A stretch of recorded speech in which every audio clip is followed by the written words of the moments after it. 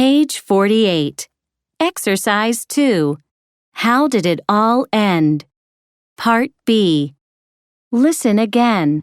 Choose the correct ending of each story.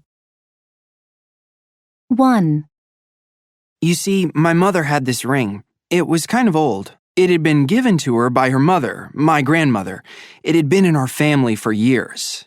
Anyway, my mother asked me to take it to the jeweler to get it repaired. She told me to be very careful with it.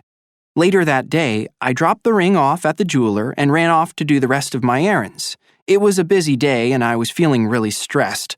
I went back to the jeweler just before they closed, paid for the ring, and raced home. Everything seemed fine. But when I got home, I was sure I'd picked up my mother's ring at the jeweler, but then I couldn't find it when I got home. I checked all my pockets, but all I found was the receipt. The ring wasn't there. I looked everywhere. You can imagine how panicked I felt. Up until then, I had never lost anything important, so I didn't know what to do. Just then, the phone rang. It was the jeweler. He was calling to say I had run out of the store in such a hurry that I'd forgotten to take the ring. The ring was still at the store. So the ring wasn't lost after all. What a relief. 2. I had this big meeting at work that day, really important. I had left for work a little earlier than usual.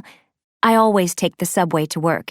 So I got to the subway station, and the train was right there. What luck, right? And I got on just as the doors closed. Well, after a couple of minutes, I realized that my skirt had been caught in the subway doors. I couldn't pull it out. A woman standing next to me tried to help me, but we still couldn't get it out. By this time, I was so embarrassed.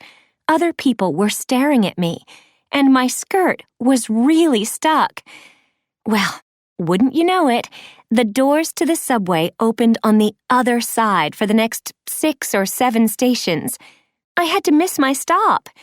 I just stood there with my skirt stuck in the door, unable to move. Finally, the doors opened on my side. I was able to leave the train, but now I was really late. When I got to work, my boss asked to speak to me. I knew he would never believe why I was late. I felt so stupid. Of course, later, we all laughed about it.